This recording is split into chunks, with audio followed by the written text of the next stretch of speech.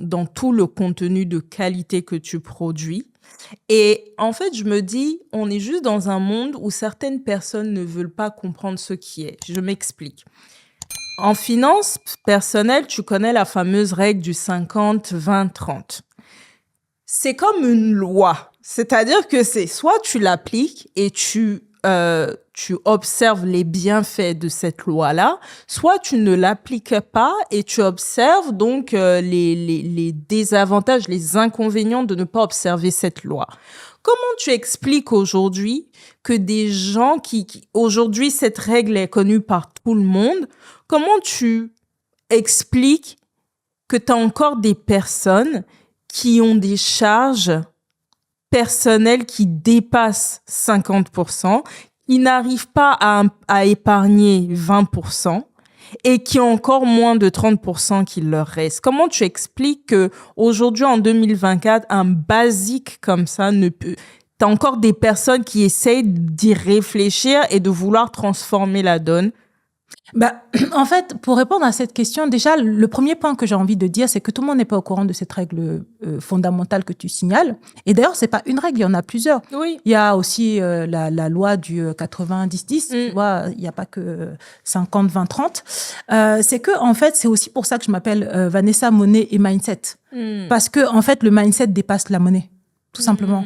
Et c'est aussi important de comprendre que, en fait, l'argent révèle des traumas. Il y a des souffrances telles, d'une violence. Pour moi, c'est le même niveau que la nourriture. C'est pour ça que, en fait, j'ai même le premier e-book que j'avais créé, c'était comprendre la relation que tu as avec l'argent.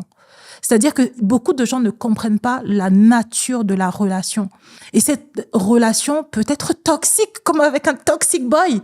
Pourquoi est-ce que tu as certaines femmes qui vont retourner vers un homme qui les frappe? Pourquoi tu as certaines femmes qui vont toujours attirer des hommes mauvais?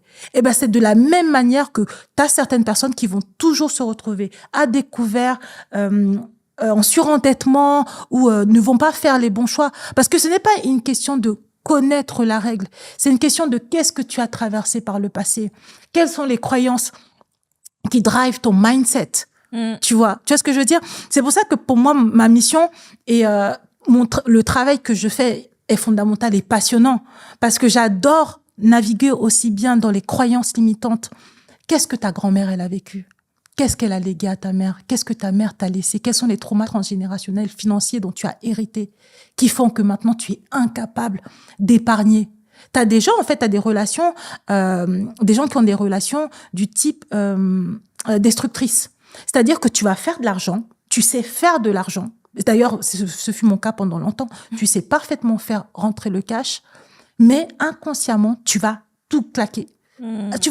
Elle va faire un burn-out ou un mauvais mariage ou un mauvais investissement et boum, il n'y a plus d'argent.